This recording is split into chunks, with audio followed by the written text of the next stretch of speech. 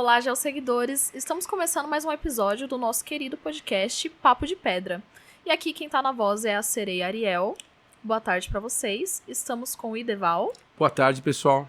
Professor Maurício. Boa tarde. E professor Renato. Boa tarde, pessoal. Professores, eu gostaria de falar com vocês sobre a matéria que saiu no nosso jornal da USP, que fala sobre o impacto pré-histórico que remodelou o solo de São Paulo. Mas antes, eu gostaria que vocês falassem um pouquinho de vocês atualmente pra gente.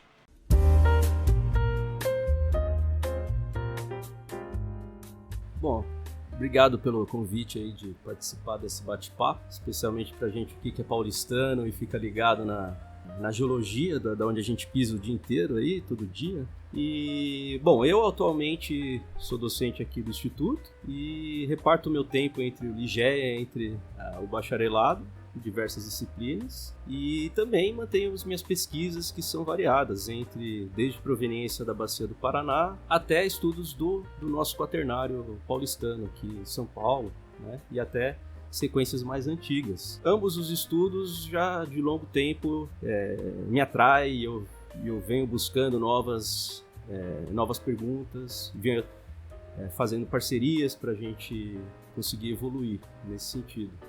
Bom, eu sou professor da Universidade Federal do ABC, né, UFABC.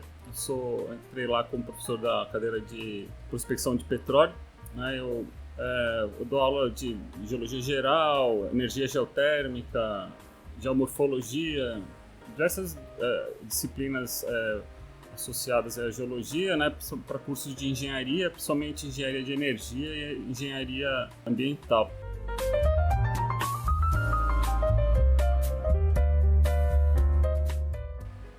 Legal. Agora sim, vocês se formaram aqui no Instituto de Geociências da USP, né? Foram alunos daqui, né? Fala um pouquinho essa vida como bacharelado e um pouquinho que os geosseguidores precisam saber que, além do curso de graduação bacharelado, o Ligeia, que nós temos também, tem muito trabalho de campo. Fala um pouquinho como é que foi a vida de vocês aqui. Fala aí, professor. Pois é, né? Eu tive a felicidade de ser companheiro de graduação do professor Maurício, seu companheiro também nesse contemporâneo, né? Sim, dividindo sim. algumas disciplinas e crescendo junto no Instituto já há muitos anos, né? E a gente percebe como as coisas mudaram daquela época para hoje, tantos pontos positivos como os negativos, né? Vou ressaltar aqui os positivos, claro, né? Claro. Que eram aqueles trabalhos de campo extensos, onde a gente trabalhava duro, mas também não desperdiçava a nossa diversão no fim do dia para bater um papo, para falar de geologia. E é um aprendizado, né? Geologia sem ver no campo fica muito abstrato, só por imagens ou só por uma rocha isolada. Então qualquer setor da geologia, seja ela estrutural, até a mineralogia, mapeamento, precisa estar lá, né, vendo o que está acontecendo, porque a natureza está dizendo pra gente, não adianta a gente inventar outra coisa. E é isso, o que eu me lembro assim da geologia é esse prazer de estar no ônibus, indo para algum lugar e nem se preocupando com o tempo que estava passando e aprendendo muito, realmente. Deixa eu adiantar aqui, fazer uma pergunta, né, porque é uma curiosidade para os geosseguidores que não escolheram a profissão ainda, né? Vamos lá, depois vai pro Maurício, professor Maurício aí também. O que te fez escolher geologia? Fala pra mim, velho.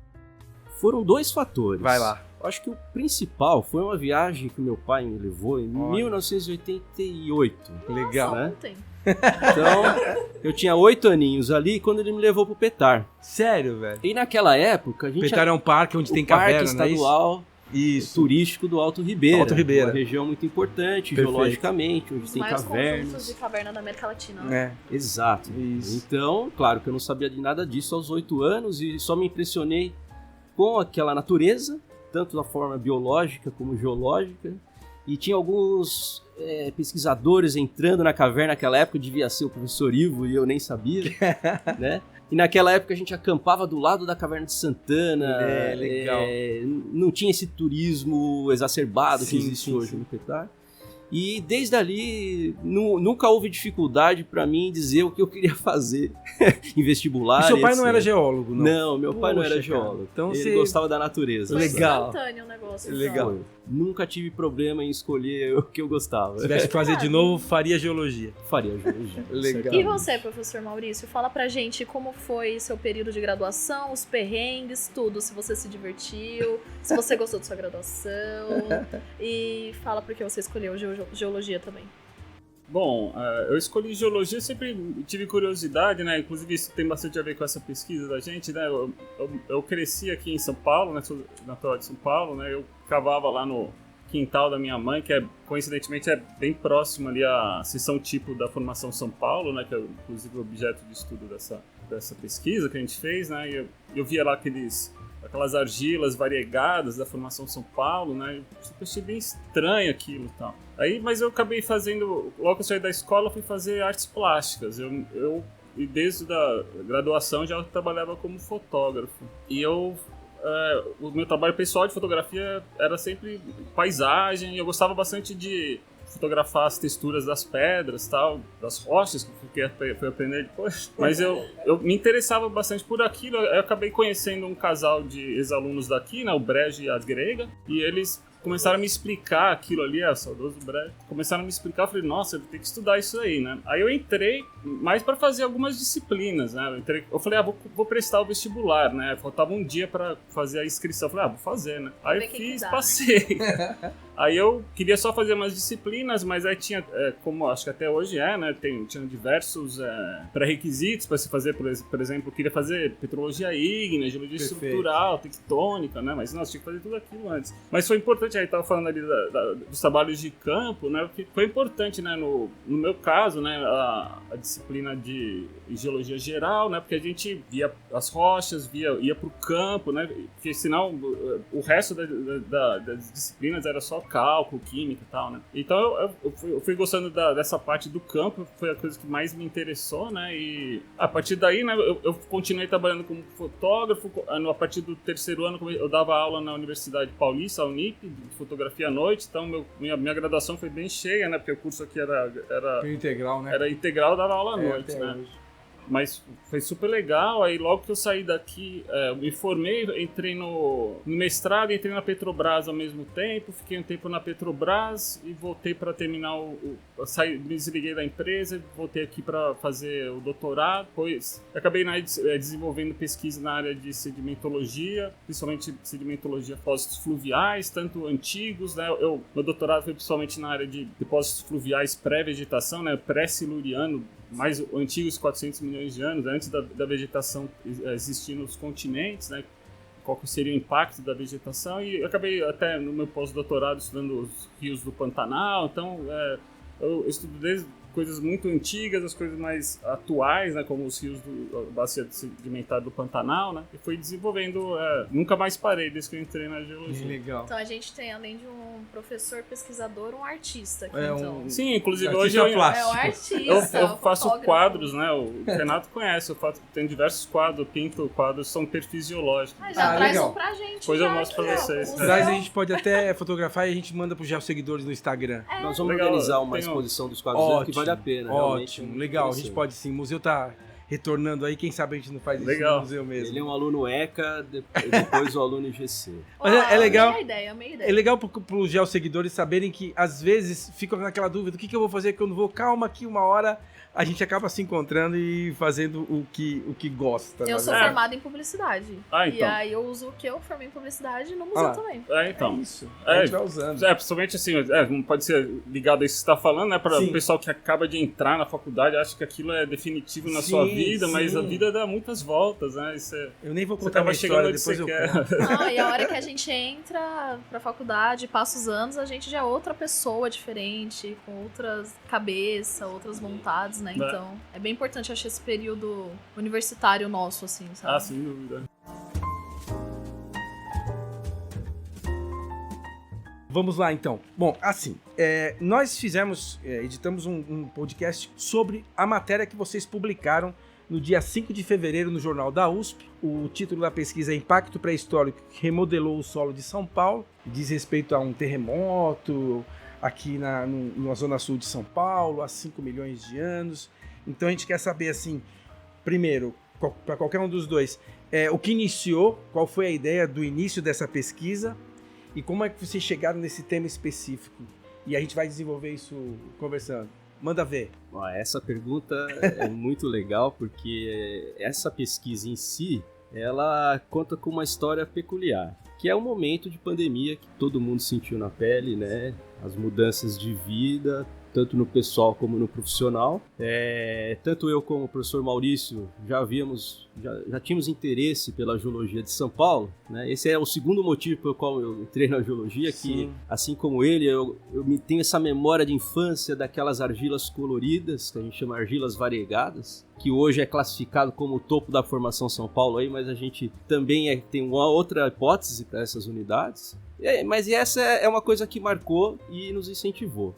E quando bateu a pandemia e aquele momento vazio da vida de todo mundo, Verdade. Aí a gente falou, vamos olhar o que tem em São Paulo por aí, né? Então as avenidas vazias, a minha mãe preocupada, como assim você vai pra rua?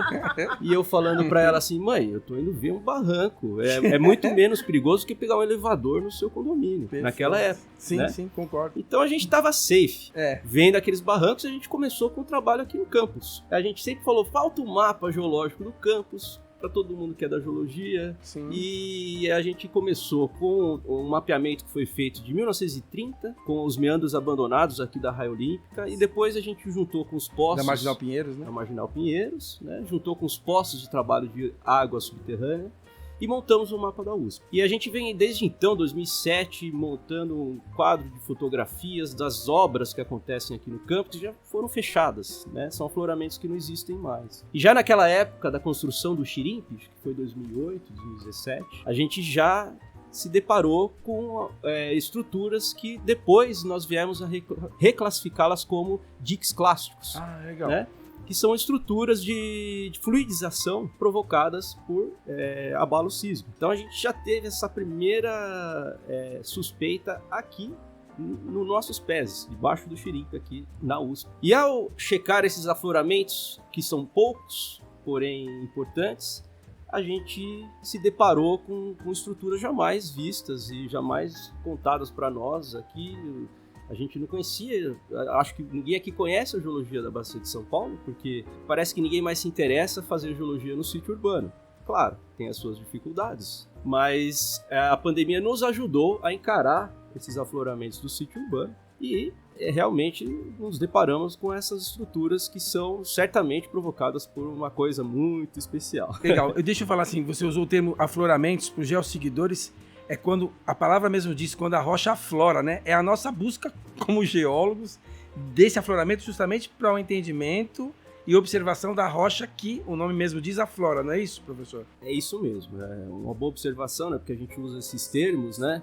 Parece um termo da biologia, né? Onde a flor desabrocha, mas a gente pode fazer essa analogia, sim, né? Sim, falar quando a rocha desabrocha ali do subsolo e se expõe para nós. Então, a rocha exposta aqui em São Paulo é muito rara. A gente conta nos dedos 3 ou 4 afloramentos hoje que estão em praças ou que não estão cobertas por esse espesso manto antrópico. Complementando o que o professor Renato falou, né? Parte da motivação desses estudos, né, foi, como eu falei, né, o professor Renato também, né, sobre a nossa curiosidade sobre a geologia da cidade de São Paulo.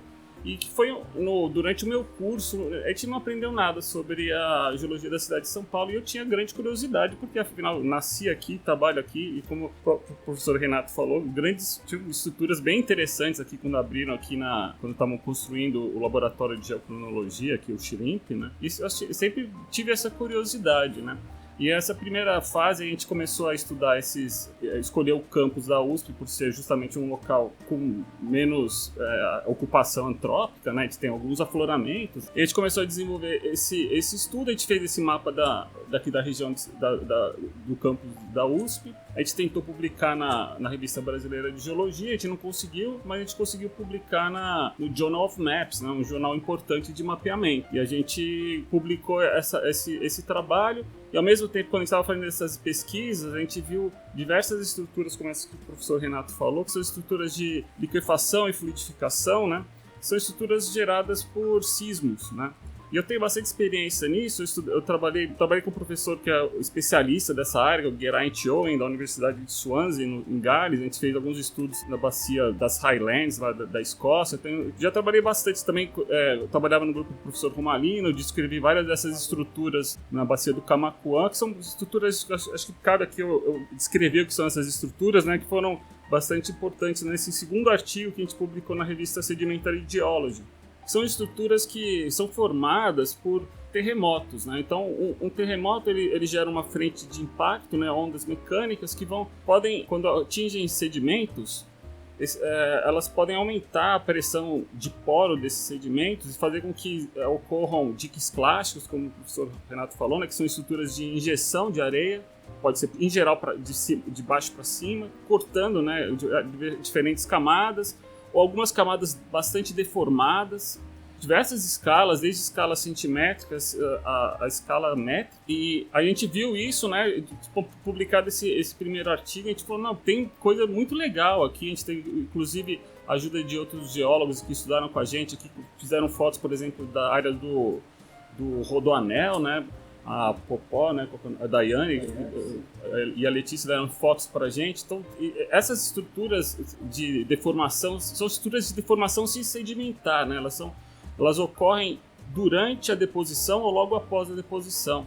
E a Bacia de São Paulo, assim, para nossa surpresa, preserva vários exemplos de diversas escalas aqui na geologia da cidade de São Paulo, né? Então, e aí a partir disso a gente fez um trabalho só sobre isso, que a gente desenvolveu, né, e acabou publicando na revista Sedimentary Geology. E o que a gente descreveu é que, de fato, assim, a gente encontra perto da região da Paulista, em geral no topo da formação São Paulo, diversas estruturas de deformação, que são essas estruturas de deformação sim sedimentar, né, que são estruturas de liquidização, né, que podem ser estruturas ou de liquefação ou de fluidificação, que elas só podem ocorrer quando existe um terremoto de magnitude acima de 5. Então, o que de fato a gente descreveu, e que é novo no nosso trabalho, é que a gente descreveu essas estruturas de terremoto que ocorrem na cidade de São Paulo.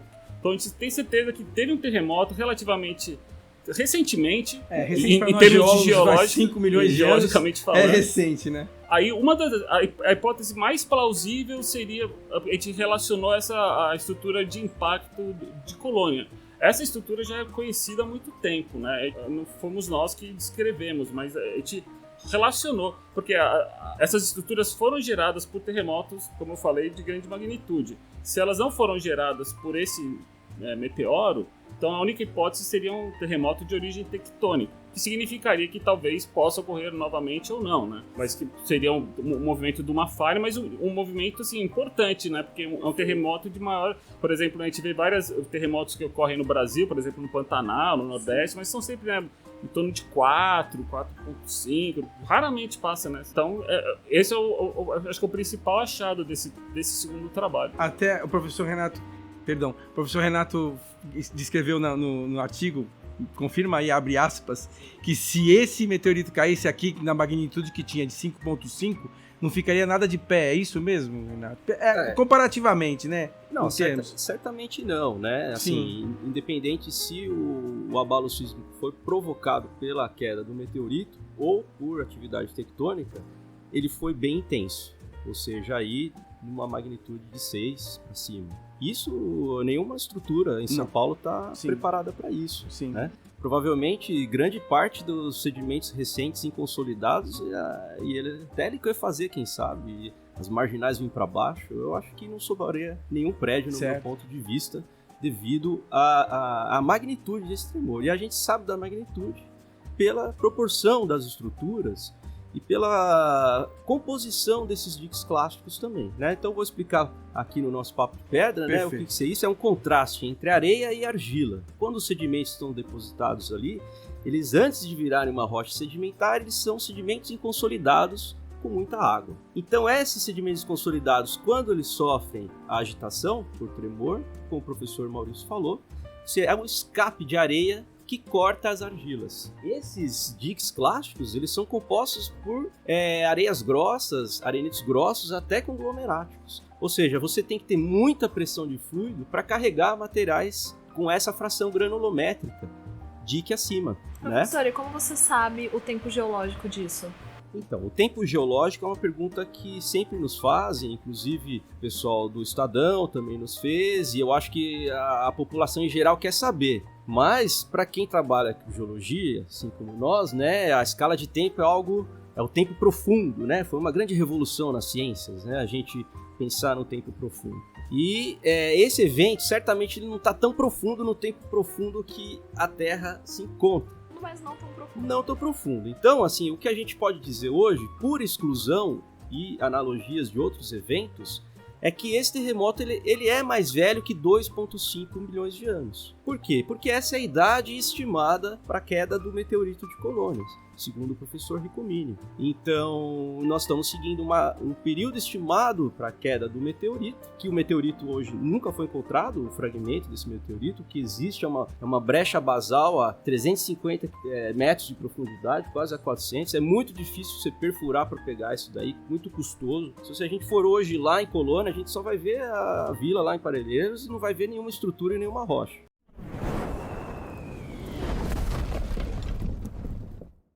É bom dizer aos geosseguidores que não adianta ir até lá pensando numa cratera como naquela no deserto dos Estados Unidos, que já não é mais assim mesmo, porque nas questões dos 2,5 milhões de anos, essa cratera já foi coberta por sedimentos, que é justamente uma ação geológica causada pelo intemperismo físico, do desmembramento das rochas dos sedimentos, já cobriram aquilo tudo.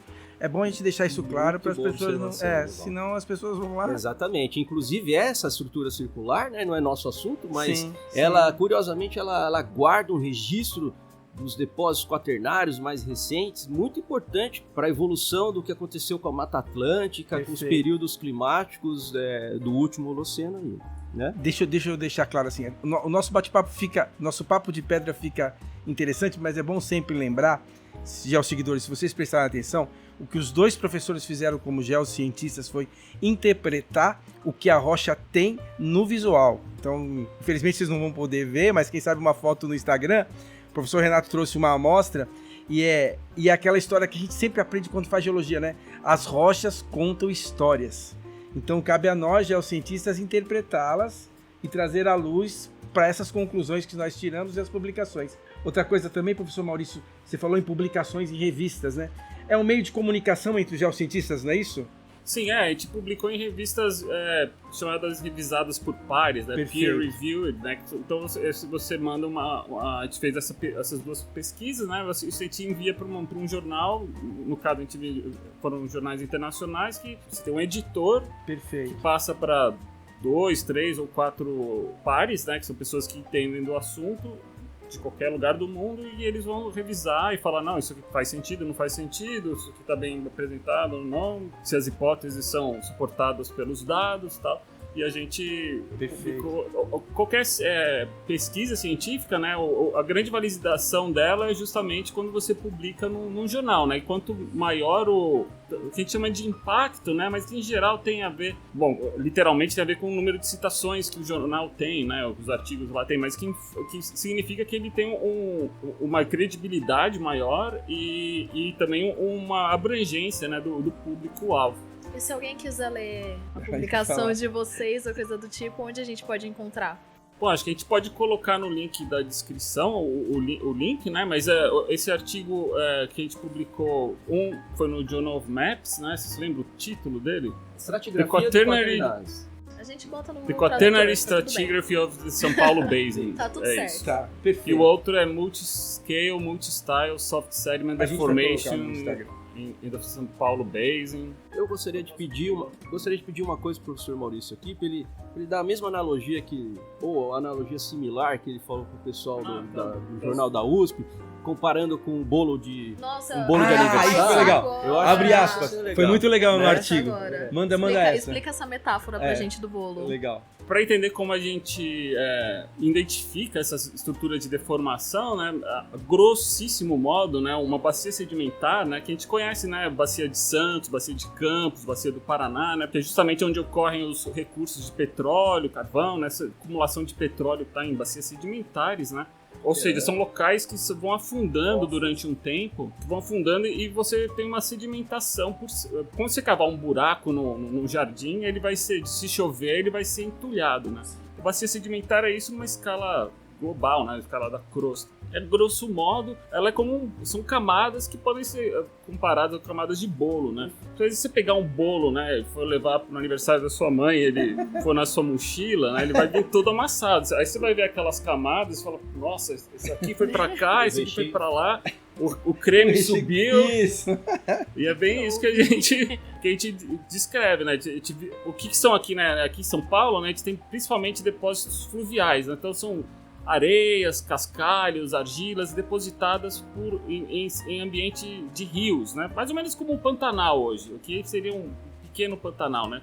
Rios era um local mais baixo que os rios vão por gravidade mesmo, são capturados e vão entulhando ali, né? E a gente conhece nas estruturas estratificações cruzadas, horizontais, vários tipos de estratificações, e a gente vê que elas estão deformadas, né? Então, camadas que a gente sabe como, em geral, ela seria mais ou menos tabular e ela está dobrada, né? Então, é bastante, visualmente, até uma vez que você olha, é até relativamente fácil, né, de você encontrar. E uma coisa que eu acho interessante de colocar aqui, que diferente da maior parte dos artigos que eu tenho, que tipo, descrevi uma estrutura lá longe pra caramba, num lugar que, tipo, eu nunca mais vou voltar. Que, tipo, é muito difícil chegar. Sim, sim.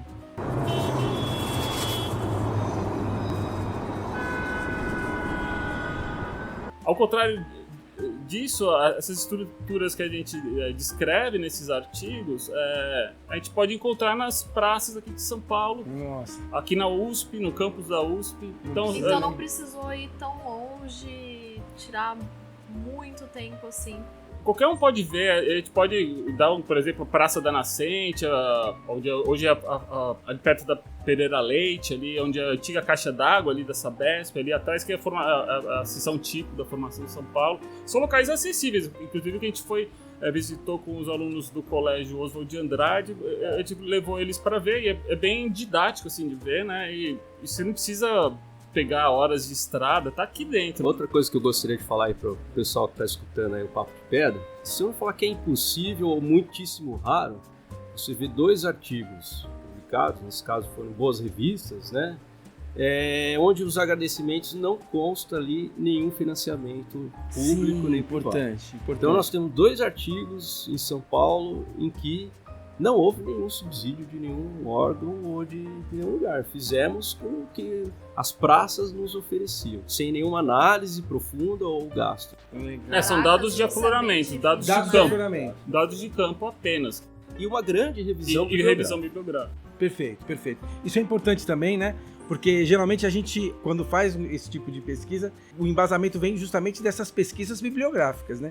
Você mesmo falou, né, professor Renato, do mapeamento de 1930 de São Paulo, né? Quer dizer, alguma coisa você leu a respeito, né? Pra poder ter ideia. Assim, não foi fácil a gente entrar no mundo geológico da Bacia de São Paulo em termos de aceitação por outros cientistas, né? Porque são bases já consagradas desde 1960 e tal, e para mudar alguma coisa, nem todo mundo aceita. Mas não devemos ser pragmáticos e dizer que as nossas ideias são as que devem ser aceitas. Concordo. Mas devemos discuti-las, né? A ciência sempre está mudando, né? Exato. Então, curiosamente, com essa extensa revisão bibliográfica, eu trabalhei com a linha do metrô Lilás. Perfeito.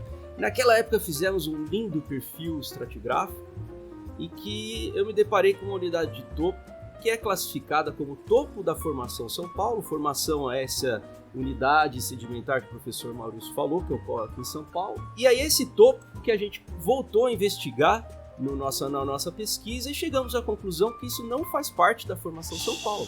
Aí, Nem todos aceitam isso hoje. A gente tem os nossos argumentos para mostrar que essa unidade não faz parte da Formação São Paulo. Primeiro, que ela tem uma capacidade de compactação muito menor do que as outras argilas da Formação São Paulo. Ela apresenta clastos, ou seja, sedimentos desses materiais de liquefação que a gente está falando, ou seja, eles são mais novos. Essa amostra é um pedaço da Formação São Paulo que foi encontrada nessa unidade que a gente descreveu. Então, que chama unidade Formação Bosque. Isso mostra uma discordância, né? Para vocês que estão aí ouvindo, discordância é diferença de tempo entre a sedimentação de um período para o outro. Então a gente mostrou essa discordância e ao estudar a literatura, a gente gosta das coisas antigas, em 1845, naquela época dos viajantes naturalistas no Brasil, teve um francês que veio aqui, que é o Piscis, e ele fez algumas gravuras, que é do Vale do Engabaú, com o pátio do colégio naquela época. Esse trabalho, ele está aqui no setor de obras especiais do Museu de Geociências. Se alguém já teve a curiosidade de ir nas obras raras do museu, a gente tem aqui na biblioteca. Tem aqui na biblioteca. Então o que eu fiz? Eu tirei uma foto na época, e eu tratei essa foto e desenhei aqui os extratos, aquilo que ele estava falando, naquela visão dos cientistas naquela época. E o Brasil, nessa época, traz um debate muito legal, que é um debate internacional, sobre algo que veio a se chamar sobre o netunismo versus o plutonismo. Perfeito. Que eram pessoas que acreditavam que as rochas se formavam nos fundos dos oceanos, e as outras que acreditavam que eram produtos de magma. Então eu tenho essas duas escolas. E esse cara, esse Piscis, que veio fazer essa documentação nessa época, ele tinha uma visão netunista da coisa. Olha isso. Né? Inclusive, existe essa discordância do topo, essa unidade que tem essa discordância aqui no topo, que ele desenhou, e ele chamou, curiosamente, da camada do dilúvio. Né? Olha isso. Porque esses netunistas, eles, alguns eram criacionistas e alguns vinculavam isso ao dilúvio universal ou não. Então a gente tem uma história muito linda aqui em São Paulo, de pessoas chamando essa unidade de dilúvio universal. Antes disso, esses pedaços de limonita retrabalhados, eles eram usados como para forjar ferro, bolas de canhões, sinos de igreja. Tem textos históricos mostrando que isso aqui no Rio Pinheiros constitui a primeira siderurgia das Américas. Você citou isso no né? artigo. Você citou então, veja só que buraco interessante, entre aspas, eu e o professor Maurício acabamos caindo e se jogando, né? Porque a gente se jogou nesse buraco interessante. E essa camada aí, que era chamada de camada do dilúvio, a gente descreveu em outros locais da cidade, né? Também pode ser visto no perfil do metrô, que a gente colocou no artigo. A gente chamou de formação bosque, né? Porque ela aflora nos bosques aqui da física, bosque aqui da geologia. Então, bosques em São Paulo. A gente falou também, em parte, né? Porque esses locais são onde não tem construção, né? A gente falou, aqui ocorre, aqui na química, aqui no barranco da química. Que legal, cara. Assim, desse rolê todo, de pesquisa, descobrimento e tudo mais, o que foi mais desafiador pra vocês? O que foi mais difícil? Eu acho que seria mais... porque essas estruturas que a gente falou, né, que são formadas por terremotos, seria entender qual que seria o chamado gatilho, o que teria transformado isso, né? E, pelo menos da minha parte, né, a gente não sabe, né? Tem essa hipótese do impacto desse meteorito, que parece a mais plausível, né? Mas a gente ainda não sabe exatamente qual foi o gatilho. Nem sei se algum dia a gente vai saber, né? Tomara que algum dia alguém consiga, né? Mas a gente não tem ferramentas para isso, né? Para saber. Tá aí um desafio para os geocientistas que querem estudar geologia. Exatamente. A gente está pronto aqui para discutir muito a respeito desse assunto. Aliás, é o que move a ciência, né? Exato. Justamente essas hipóteses e essas teorias que a gente chega mais perto para poder publicar, por exemplo, numa revista de nome, não é isso? Exato, e a geologia está sempre na fronteira do conhecimento, da ciência, né?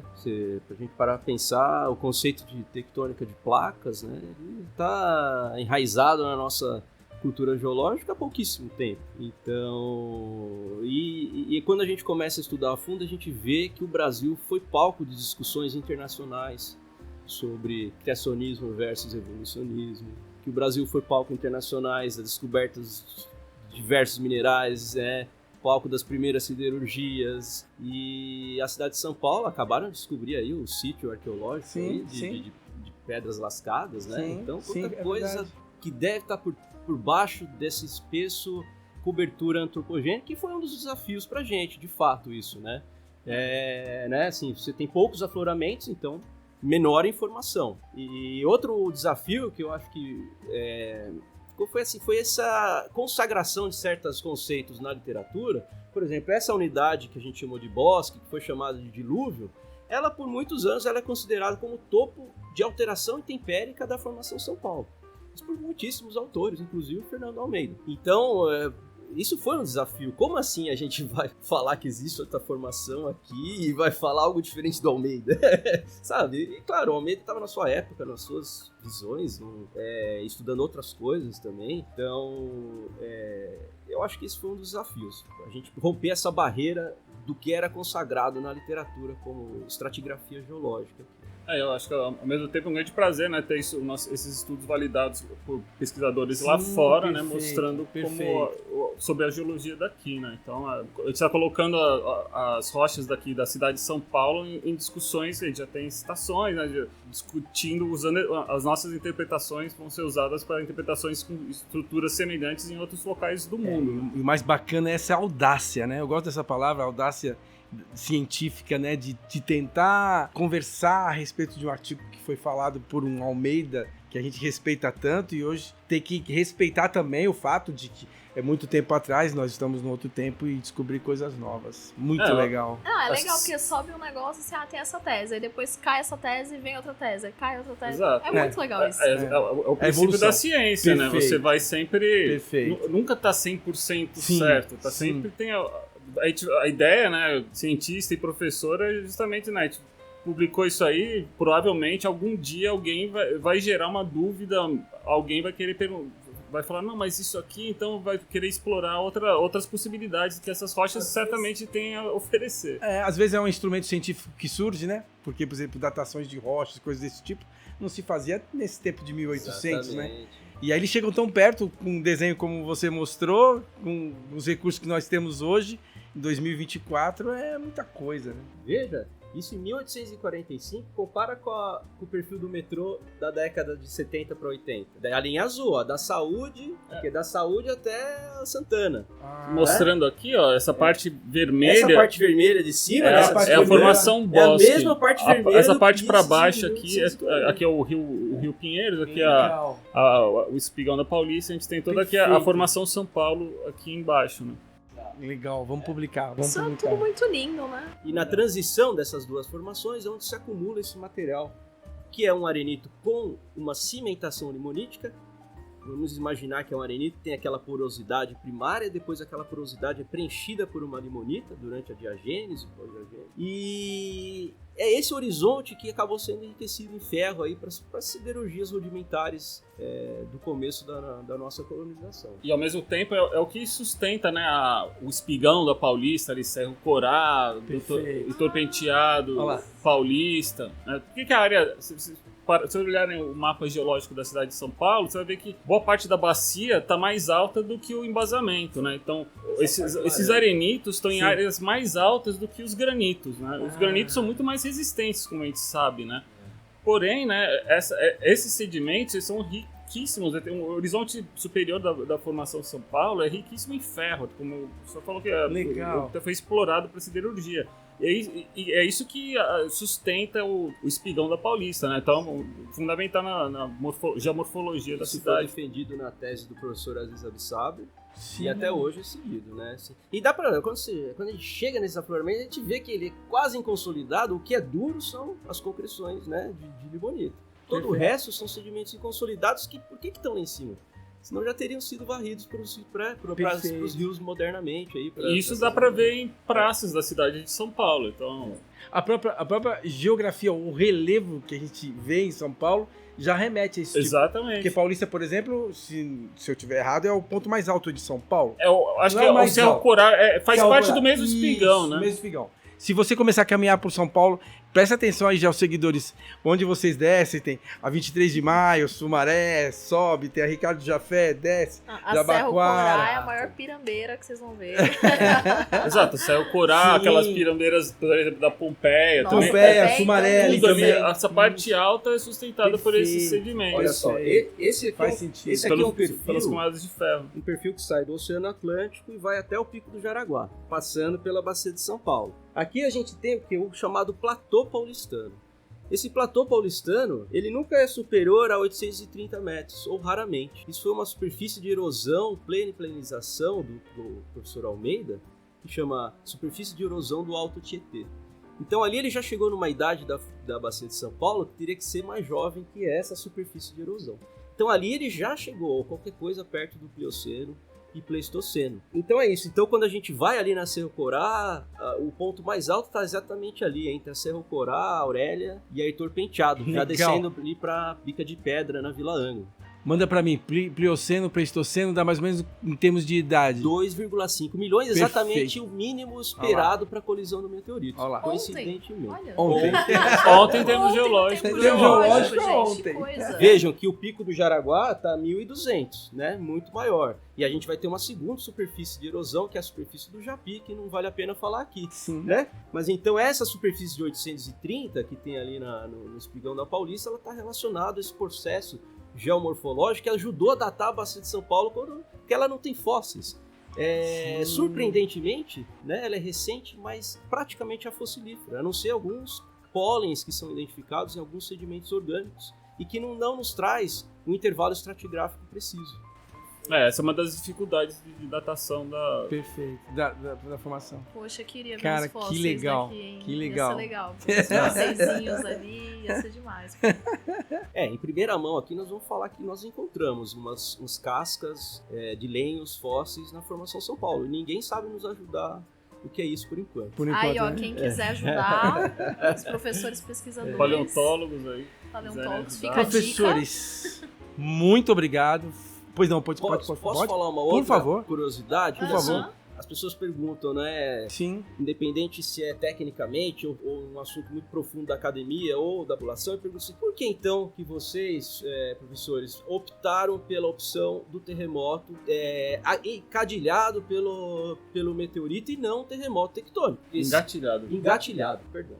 Não, fica tranquilo. Segue o baile, professor. Se for engatilhar, a gente suspeita que o gatilho tenha sido esse, né? Porque em uma bacia, assim como o professor Maurício falou, ela vai tendo a subsidência, ou seja, ela vai afundando, entre aspas. Ali. E quando você tem terremotos vinculados a esse afundamento, você tem injeção de diques clássicos por toda a estratigrafia, desde a base até o topo. E você tem eventos que se cortam, porque você tem constantes terremotos ao longo da história dessa bacia. Aqui na Formação São Paulo, não. Ela não existe nenhuma evidência de sismo até os últimos 20 metros do topo da formação, que está entre esses 830 e 790 metros. Então ele falou, por que só teve um terremoto no final da sedimentação da Formação São Paulo? E só um que não se corta. Isso já é muito atípico, você ter um grande tremor tectônico no final da sedimentação da bacia.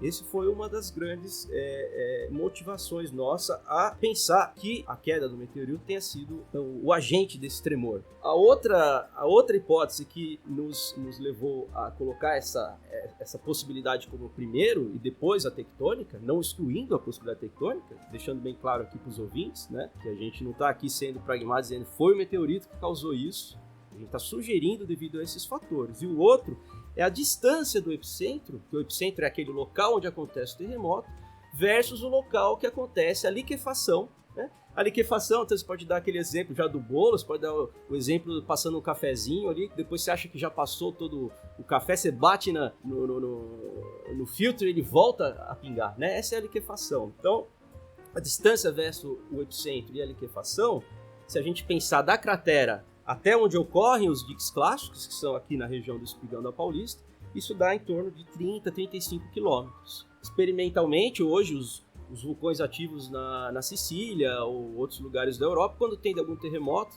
as pessoas vão investigar se existe liquefação nas praias ao redor e até esse intervalo de distância do epicentro. Então, é empírico para isso acontecer. Então, a gente falou, olha, os terremotos que acontecem hoje e no passado recente, eles acontecem muito mais afastados dessa localidade, ali na nossa margem continental, e que mesmo acontecendo com muita potência lá, não chegariam aqui fortes o suficientes para liquefazer esse material.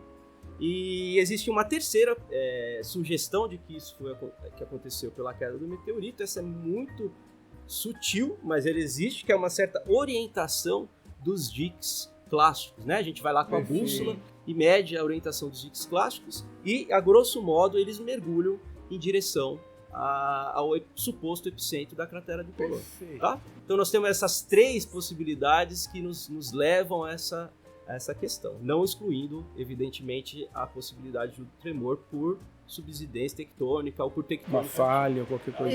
Isso é incrível. Gostaria de parabenizá-los por essa pesquisa maravilhosa. Arrasaram, mandaram muito bem.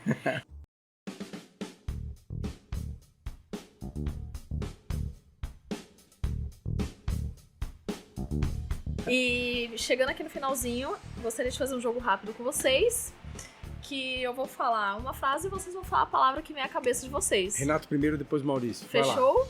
Uma pergunta pros dois. Vamos lá. Planeta Terra é? Molhado. Manda. Homeostasia. Aí. Nossa! Procura que vale a pena. Vai, legal. Boa. Todo Manda mundo bem. pesquisando, hein? Legal. Instituto de Geociências pra você é? Eu vou falar que é a primeira casa, porque eu passo mais tempo aqui do que na minha casa. Isso é verdade. Acredito que todos nós agora. A escola. Ai, que Legal. bonitinho. Legal. Uma rocha. Meta conglomerado sem dúvida nenhuma. Aí, ó. Vou deixar tudo pra eles procurarem, hein, geocientistas? Vai lá. Arenito. Ah, modesto, gostei. Um mineral. Topázio, sou louco por topázio. É lindo, né? Lepidolita. Oh, nossa, legal. Demais. E a geologia pra você é? Eu procurar o diferente. Eu ia falar curiosidade. Legal. Massa. E uma sugestão de música pros seguidores. E música?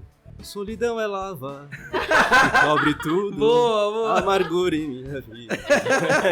Nossa, essa foi profunda. Mas é bem legal. Foi bem legal. Inclusive, o professor Maurício tem cara do vocalista do The Cure. Aê, Robert cara. Smith. Ele tem a cara, vai ter foto, viu, Eu gente? ia falando. Uma música, A Hard Rain's Gonna Fall, do Bob Dylan. Também fala umas coisas. É legal pegar a letra e ver que tem uma referência sobre o tempo que remete. Eu até coloquei no início do meu doutorado, coloquei na prefácio, porque fala coisas que são bastante geológicas. Que é interessante ver o grande poeta Bob Dylan. Nossa, maravilhoso. Quando a gente entra aqui nos Geociências, a gente tem o costume de colocar o apelido nas pessoas que entram. Eu gostaria muito que você, professor Renato, professor Maurício, dissesse um pouco do seu apelido. É uma prática que ocorria na época do militarismo, né? Que eles usavam para acobertar o nome do próprio aluno, mas acabou ficando divertido. E aí, fala um pouquinho do seu apelido, professor Renato e Maurício, fala um pouco do seu, se a gente puder, né? E perpetua até hoje. Até hoje, quem entra aqui no Instituto de Geociências, todo mundo tem um apelido. Vai lá. Essa questão do apelido eu acho muito legal, porque a grande maioria casa assim, com as pessoas. É verdade, é Tem verdade. alguns que são super exagerados. Sim, e por isso que eu nunca pega. pedi com cautela. Né? No caso, o nosso é bem de boa. De boa. Né? O meu, então, é lesma. Lesma. Né? O que aconteceu? Beleza? Lesma, eu vim fazer a prova trote. Isso já. E aí eu fiquei fazendo horas a prova trote. E aí eles tirando meu sarro e eu ainda lá escrevendo, achando que era verdade tudo aquilo, umas perguntas completamente nada a ver que eles me fizeram naquela época pra todo mundo, né? E aí ficou, ganhei essa no trote. No trote. Parabéns, belo apelido. Vai lá, Maurício. O meu apelido é borboleta, né? Então, em parte porque eu falei, o meu mineral predileto é a lepidolita, né? É um lepidóptero, né? Mas me chamaram assim, eu como já era mais velho, né? Eu vim fazer essa prova trote, eu falei, não, moleque, eu vou embora, eu vou pra trabalhar. Não fiquei aqui, e fui ganhar trote só no primeiro campo, que a gente foi ali. O professor Bogiani levou a gente pra Brotas, ver aquelas sim. que era... Hoje já era professor? Que? Tinha acabado de entrar, assim, no de meu, mim? viu? Acho que ele entrou em 2000. João Tex. João Tex, né, no caso. Mandou bem. É 2002 e 2003. Eu entrei em 2003, né? E aí, o pessoal, porque eu era fotógrafo, era da ECA, me chamaram borboleta, artista. Foi meio nessa. Robert Smith, não. Agora você quer só que a gente fale o nosso, né? E o seu, Evaldo? Pode ir contando aí. Legal. Tem a ver com a prova trote também, meu apelido era Chassaco. Eles não colocavam o nome todo de puxa-saco, né? Mas na prova trote eu fiquei na dúvida, diferente do professor Maurício e do Renato, eu fiquei na dúvida se era... Mas, bom, vamos lá. Se era a prova de verdade ou não. E eu tive a infeliz ideia de colocar um recado ao senhor diretor no final da prova, pedindo para ele mudar a data no Instituto de Geociências. Foi o batismo mais rápido do Instituto de Geociências. Disseram que eu era um puxa-saco do diretor. Você mereceu. E aí ficou. Mas é o que você falou, a gente leva de uma maneira muito bacana, porque isso, hoje em dia a gente pouco fala, só entre nós mesmo, no meio da amizade mesmo. Mas foi bacana, a gente acaba descontraindo com isso e criando um vínculo de amizade muito maior. E é bem legal. E é engraçado, todo mundo passa por isso na graduação, né? Você conhece as pessoas pelo apelido e às vezes você liga na casa de alguém, pelo menos na época, né? Ligava na casa de alguém e aí os pais atendiam, você falava, por favor, o chassaco aqui. Aí, quem? Então, Até saber, né? até saber. Não, até hoje esse lance de apelido é muito forte aqui. Então, às vezes você vai... A gente nesse mundo tecnológico, né? Vai marcar alguém no Instagram, coisa do tipo, você vai procurar pelo apelido. E aí você não acha, porque às vezes a pessoa não colocou o apelido, colocou o nome. E qual é o nome da pessoa? Você não sabe o nome da Você não sabe o pessoa. nome da pessoa. Entendeu? É impressionante isso. É raro, mas acontece muito. Gente, olha, eu queria agradecer de coração, muito obrigado. Nossa primeira entrevista aqui no Papo de Pedra, eu fiquei muito feliz por terem aceito esse convite. O papo foi muito legal. É aquilo, a gente sempre acaba aprendendo, é um bate-papo de pedra, sempre a gente acaba trocando informações e acaba crescendo um pouco do nosso conhecimento, da nossa pesquisa. Queria agradecer em nome do Museu de Geociências, do Instituto e do Papo de Pedra aqui. Muito obrigado, professor Maurício. Muito obrigado, professor Renato. E mostrar que professores têm coração Exato. também, pesquisador tem coração, Tem gente como vontade. a gente, ó, Exato. ídolos acessíveis, entendeu? É isso aí. Pô, super legal, agradeço a oportunidade, assim, foi muito legal conversar com vocês, falar sobre essas... Tentar, né, colocar um pouco mais acessível, né, o que a nossa pesquisa faz, né, e para quem é da geologia, né, os alunos aqui do Instituto, do IGE também, né, que procurem, né, esses 2 artigos que a gente publicou, né, vocês conseguem acessar o do Journal of Maps Open Access, né, você pode baixar de qualquer lugar, mas o da Sedimentary Geology, que a gente vai colocar o link lá, né, vocês conseguem baixar pela rede aqui da universidade. Muito obrigada, professores, vocês são incríveis. Obrigado, Obrigada Renato. por estudar nosso quintal São Paulo, tá? Tamo junto, tudo de bom pra vocês. Nós uma que boa agradecemos, tarde. viu? Obrigado. Foi um prazerzaço falar com Valeu. vocês aqui. Nossa, foi muito legal. Até! Aí.